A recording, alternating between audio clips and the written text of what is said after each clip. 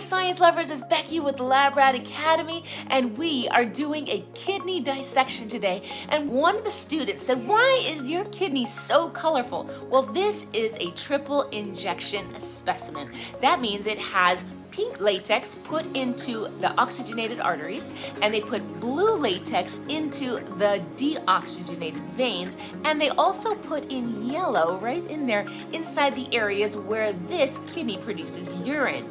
Let's check out what these students are learning today in this dissection lab. Where does the waste go and how does it get filtered? First, it goes to the renal artery. Then it goes to the cortex. After that, it goes to the pyramid, then to the papilla, then to the minor calyx, then to the major calyx,